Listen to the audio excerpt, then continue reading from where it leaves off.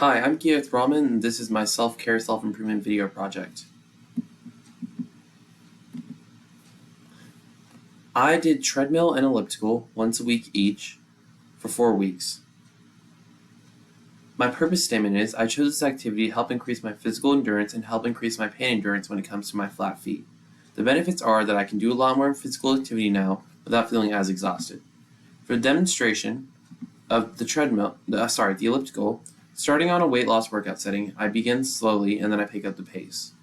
I have proper form here as I don't lean on the handles, I stand up straight, and I don't stand on my toes. I do this once a week and increase by 10 minutes each week. When it comes to the treadmill, I begin at a speed of 2.5 and increase to 4.5. I keep a proper posture, I wear the correct shoes, and I use my arms.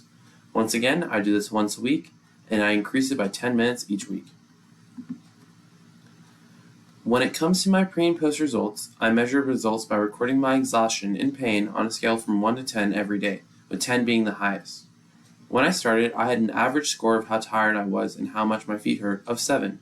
For week 1, I had 7, week 2, I had 7, week 3, I had 5, and week 4, I had 3. By the end, my physical and pain endurance had increased, which is shown by how the score gradually decreased. For my resources, I used the GT Connector Gym to work out. I looked at how to use an elliptical, which included proper posture, proper stretching, which I performed before my workouts.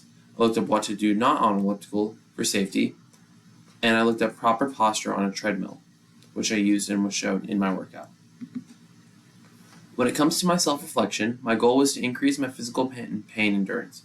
What I learned as a result was that hard work pays off, and you have to use small increments of time and patience in order to get results. Moving forward, I plan to work out every day, alternating between the treadmill and elliptical.